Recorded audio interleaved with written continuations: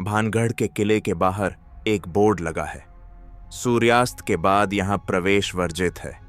सोचो, जब सरकार खुद कहती है कि अंदर मत जाना, तो इस जगह में ऐसा क्या है जो सदियों बाद भी डर पैदा करता है? राजस्थान की तपती रेत और अरावली की पहाड़ियों के बीच एक खामोश किला खड़ा है, भानगढ़ का किला। दिन में ये पुरानी विरासत लगता है, पर जैसे ही सूरज ढलता है, हवा में सिहरन घुल जाती है, जैसे कोई अदृश्य आंखें हमें देख रही हों। गांव वाले कहते हैं, शाम होते ही यहां आत्माएं जागती हैं। कई लोग रात में अंदर गए, पर सबके साथ कुछ न कुछ अजीब हुआ।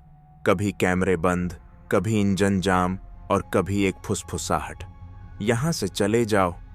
कभी ये जगह स्वर्ग थी। राजा माधो सिंह ने 16वीं सदी में इसे बसाया था। किले, मंदिर, बाजार, महल, भानगढ़ अपने समय का रत्न था। किले के निर्माण से पहले राजा ने साधु बालानाथ से अनुमति ली थी। साधु ने कहा, किला मेरे आश्रम की छाया से ऊंचा नहीं होना चाहिए, वरना नगर शापित होगा।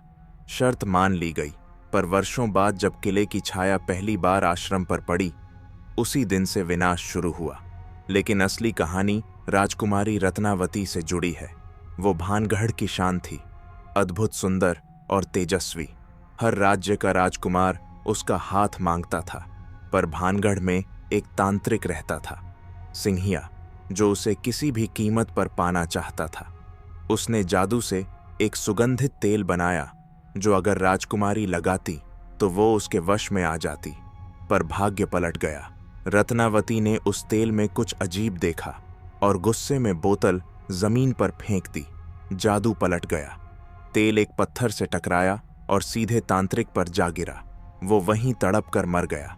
पर मरते वक्त उसने कहा, भानगढ़ उजड़ जाएगा, कोई भी शांति से नहीं रहेगा। और फिर श्राप सच हुआ। किले पर हमला हुआ, आग लगी, लोग मारे गए, राजकुमारी लापता हो गई। कहा जाता है उसने आखिरी बार देवी से प्रार्थना की, माँ, मेरी आत्मा को यहीं बांध देना, ताकि मैं इस नगर की रक्षा कर सकूं। उस रात भानगढ़ खत्म हो गया, पर उसकी आत्माएं रह गईं। अब सदियां बीत चुकी हैं, दीवारें टूटी हैं, मंदिर खामोश हैं। दिन में सैलानी आते हैं, पर रात में हर कोई डर से कांपता है। गांव वाले कहते हैं, जो यहां ठहरता है वो सुबह तक नहीं लौटता। 2012 में दिल्ली के कुछ छात्र रात में किले में रुके। सुबह उनकी गाड़ी गेट पर मिली, पर अंदर कोई नहीं था। मोबाइल में एक आखिरी वीडियो था। अंधेरे में कदमों की आवाजें, फिर एक चीख और सन्नाटा। कभी कभी वहां हवा में एक धीमी सी आवाज गूंजती है, तेल गिर गया। भानगढ़ की सच्चाई कोई नहीं जानता। कभी लोग इसे श्राप कहते हैं, कभी विज्ञान की कहानी। पर जो भी वहां गया वो बस एक बात कहता है, वहां की हवा अलग है, जैसे कोई हमें देख रहा हो। शायद इसलिए वो बोर्ड आज भी वहीं टंगा है, सूर्यास्त के बाद यहां प्रवेश वर्जित है।